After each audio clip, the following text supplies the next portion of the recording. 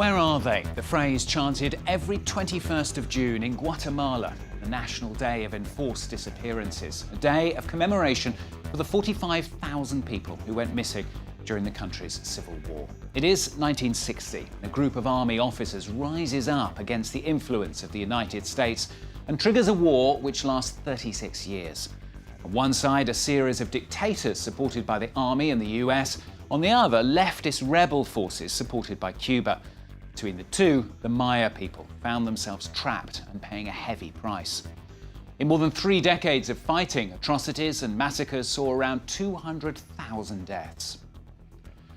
20 years after the peace treaty signed in 1996, only several hundred bodies of those missing have ever been found. Each year, more graves discovered and new victims identified, their bodies returned to their families. Little by little, people have begun to speak of what happened, and justice has begun, at last, to do its work. There was an armed conflict, that's what it was. Forced disappearances, at no given time did we receive orders to do something.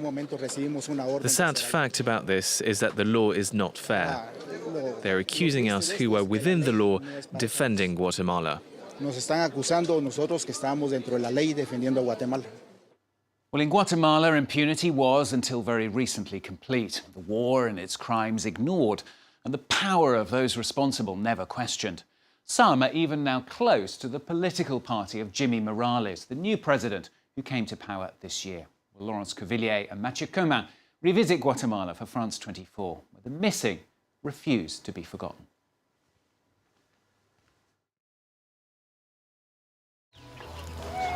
Otto's known this village's secret for a long time. This is where the community was all together for the last time, the last moment when men and women saw each other before the disappearances. They had to lie face down in the earth, and then the men were taken off to who knows where. Panash became a village without men on that day in June 1982. All those over 14 were taken. 30 years of silence followed. Otto translates Mayan languages to Spanish. A few years ago, he began helping authorities collect witness statements from the victims. Yes, she says she was there. I lost my husband Benito that day. It was right here. The soldiers made us lie down. She says that's enough. She's given her testimony. Thank you. She says goodbye to you. With the way the army terrified us back then, it was safer to stay quiet. Now that we're giving people the right to tell their stories, it's hard for them to start from scratch. You don't know where to begin. You don't know what to say. I understand it because until very recently, I was also scared to raise my voice, to say what had happened. I'm the son of a victim. Otto grew up around here. His father disappeared in 1983. He knows all the victims in Panash and the surrounding villages. And he knows all the stories they've been keeping bottled up. How are you, Don Roberto? Roberto was 12 in 1982. If he'd been just 2 years older, he'd have been taken by the army. Many of his cousins were among the 70 men from Panash who vanished that day.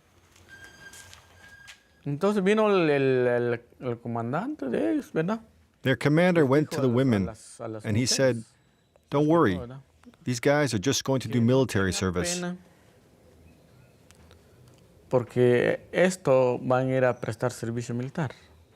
And you know, back then, everyone was afraid to speak up.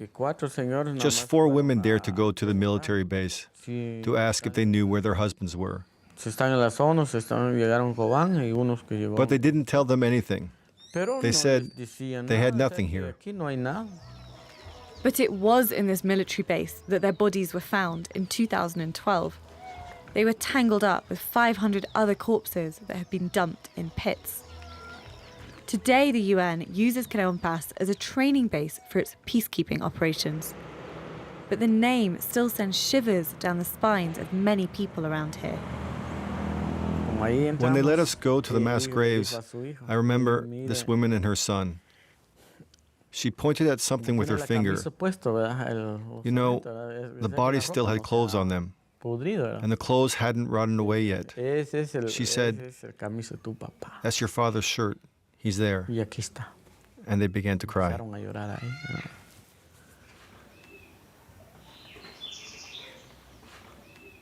What happened to those men after being kidnapped and before being killed?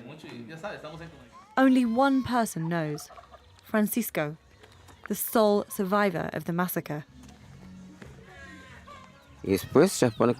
Once we got round the corner and the village was out of sight, the military convoy stopped and they tied our hands behind our backs. Then we hit the road again. I was one of the last ones they were going to kill. They hit me in the neck with a machete, like the others. But when they left, I managed to drag myself away. And at night, when they came to pick up the bodies, they didn't find me. Later on, people from a nearby village found Francisco half dead. His body still shows the scars from the army's machetes. He was petrified and wouldn't go back to Panash for many years.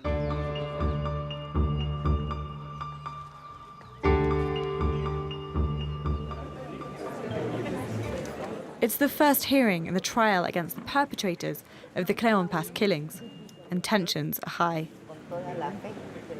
10 former senior military officers are in the dock.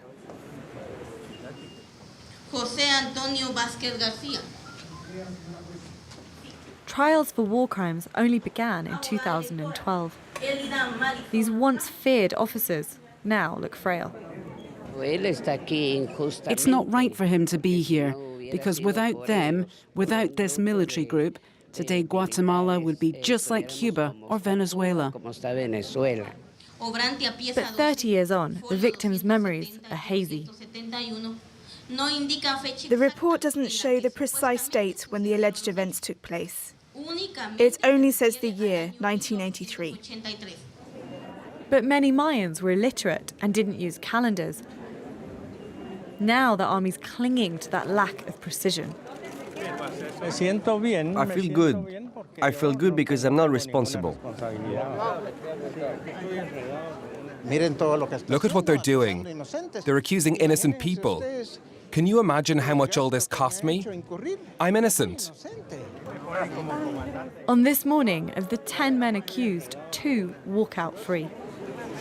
For victims' families, not just justice, but the historic truth seems to be slipping away. They're never going to say the word sorry. They should explain to us why they did all that and where the other missing people are. There are still at least 50,000. They've still got power. You can see that. On the way into the court, they called us guerrillas. They were insulting us. The war continues in these courts. Where's the justice in just targeting the army? The ones who always followed the law. The ones who defend the freedom we enjoy today. On the gates outside court, the veterans have plastered the names of communist guerrillas. They're people they were meant to hunt down during a war that officially ended in 1996. They were terrorists, they are terrorists, and they'll be terrorists all their lives. In contrast, the senior army officers on trial are selling themselves as the country's saviors. I'm here to defend the army's honor and all the soldiers who are the nation's heroes, who've been imprisoned unjustly against our Constitution. These massacres have been fabricated. It's not true that defenseless populations were attacked.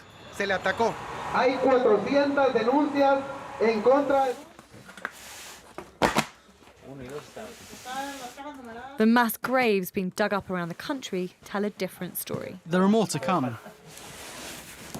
Every one of these boxes has the remains of a victim. The laboratory's working out who they all were. These bones were found on May 30th of this year, 2016. They always have around 2,000 boxes. There's a constant flow of new arrivals and others being returned to their families. This victim has a bullet hole in his skull. There's evidence of executions, bodies bound, blindfolded. Yet for years, even Guatemalans wouldn't believe this had all been part of their own war. For many years, people would tell us the bodies we were exhuming were just victims from the 1976 earthquake. But I think now Guatemalan society is finally becoming aware of the magnitude of the conflict. Whole villages were massacred or displaced. In its push to stamp out communist groups, the army decided to tackle their entire social base, to wipe it out. They'd call it depriving the fish of their water. That's from Santa Evelina. Santa Evelina, that's an enclave in the Ixil area where the population had to flee into the mountains. They gradually starved or got hypothermia and other diseases. Many children died. Nearly 200 bodies were found in a makeshift cemetery there. The anthropologists are up against a clock. The witnesses are only just starting to talk, but they're already dying out. Many of the relatives and victims who lived through the conflict are nearing the end of their life. Some of the mothers who were searching for their sons have already died. So we're working with the second generation. They're still missing a massive piece of the puzzle: the military archives. So far, the army has completely refused to declassify its records. Can we come in? Good morning. But the police has been working on opening up its past. While the army was out operating in the countryside, the police were ferociously hunting down communists in the cities. We found about 1,200,000 of these individual records. They always refer to suspicious people, but really we don't truly know what that means. Why did they think someone was suspicious? The criteria might have been totally subjective. These 80 million documents were uncovered by chance in 2005. They had just been rotting away in this abandoned building. At first, we called it the labyrinth, and it really looked the part. When we'd come in, we'd never know where to go. We had to come in with torches, and bats would fly around us. During the conflict, the police turned this windowless space into a prison. Even with 80 full-time staff, it's going to take at least 20 years to sort through everything. And even then, there'll still be questions left unanswered.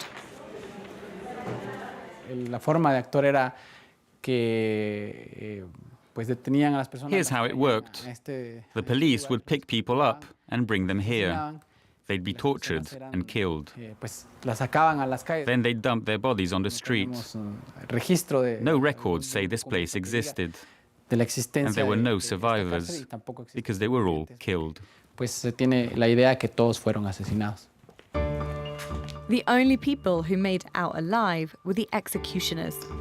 But there's no one left to point them out. Otto will probably never know how his father died. He was identified in one of the pits at the Creon Pass military base, but only his left foot was found. I don't have many memories of him, just a few images stuck in my mind. Otto was just 2 when his father vanished on the way to a meeting with his agricultural co-op. It was a difficult time from what my mother said to me. When someone disappeared, you could be sure they were dead. But there'd be that constant question, where's their body? It's very hard for families to accept that their disappeared loved one is dead. Ofelia raised her 2 sons by herself, but she didn't completely give up.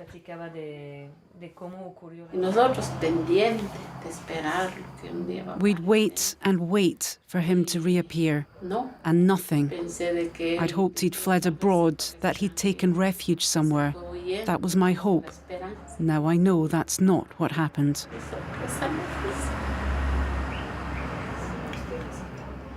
For Otto, the discovery of the Creon Pass graves was a turning point.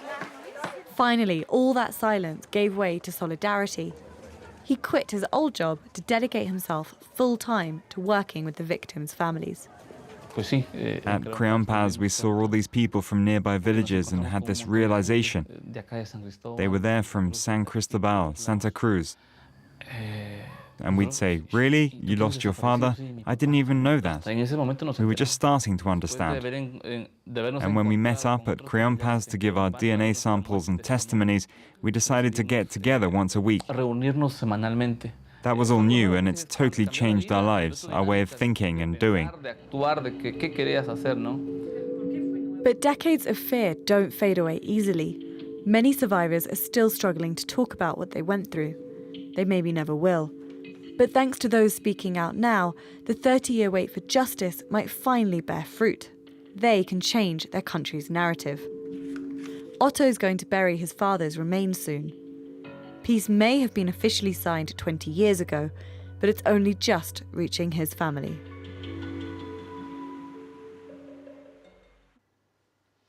Laurence Cavelier and Mathieu Comin revisiting Guatemala for France 24. Don't forget you can watch this edition and the previous editions as well on our website. That's at france24.com. More news coming up. Thanks for watching.